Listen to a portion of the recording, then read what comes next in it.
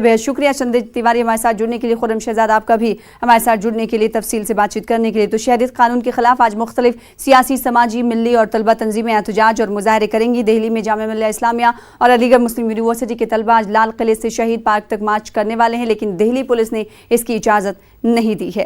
लाल किले के पास दफा 144 का निफाज भी कर दिया गया। उधर उत्तर प्रदेश में शहरियत कानून के खिलाफ एहतजाज से कबल दफा 144 नाफिज कर दी गई है। समाजवादी पार्टी ने आज बंद की कॉल दी है। पुलिस ने 3000 अफराद को नोटिस जारी किया है और उनसे एहतजाज में शामिल ना होने और दूसरों को उकसाने से मना किया है। नज़्म नुस्ख की बरकरारी के लिए लखनऊ में 5 इजाफी एसपी, 10 सीओ, पीएसी की 12 कंपनियां और 500 सब इंस्पेक्टर्स को तैनात कर दिया गया है। पुलिस की नजर सोशल मीडिया पर भी है। ऐसी पोस्टों को हटाया जा रहा है जिनमें लोगों से एहतजाज में शामिल होने की अपील की गई है।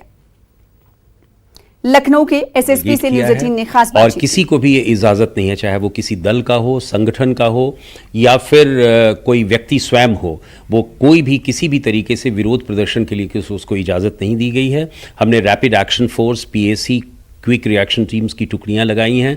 विशेष स्थानों पर हमने सीनियर पुलिस ऑफिसर्स को भेजा है, मुरादाबाद, संभल, बिजनौर, इन सब इलाकों में, और साथ ही साथ निरंतर पेट्रोलिंग की जा रही है। आज सुबह से हमने किया है, हमने बैरिकेड किया है कि निर्दिष्ट स्थानों पर नहीं जाएंगे।